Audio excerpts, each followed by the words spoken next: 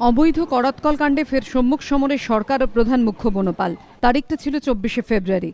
ABP আনন্দকে দেওয়া এক সাক্ষাৎকারে সরাসরি বনমন্ত্রী হিতেন বর্মনের নামে অভিযোগ করে এমএস সুলতান। বলেন, অবৈধ করাতকল বন্ধের নির্দেশিকা প্রত্যাহারের জন্য তার উপর মানসিক চাপ তৈরি করতেন বনমন্ত্রী। এই বিস্ফোরক অভিযোগের পর শুরু হয় বিতর্ক। তড়িঘড়ি বনমন্ত্রীকে ডেকে পাঠান মুখ্যমন্ত্রী। পাল্টা সুলতানির বিরুদ্ধে সার্ভিস রুল ভাঙার অভিযোগ করেন বনমন্ত্রী। এরপরই এমএস সুলতানের গুরুত্বপূর্ণ ক্ষমতা কেড়ে প্রধান মুখ্য বনপাল সাধারণের পদ তৈরি করে দেয়া হয় অতনু রাহাকে।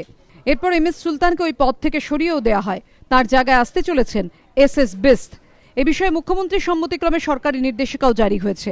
তবে সুলতান কাণ্ডে বিতর্কের জবনিকা এখনই শেষ নয়। 31শে সেপ্টেম্বর পর্যন্ত ছুটিতে রয়েছেন এমএস সুলতান।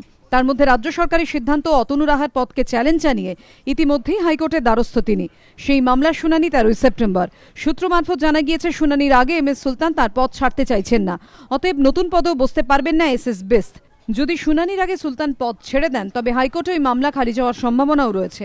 সমিত সেনগুপ্তের রিপোর্ট, এবিপি আনন্দ, কলকাতা।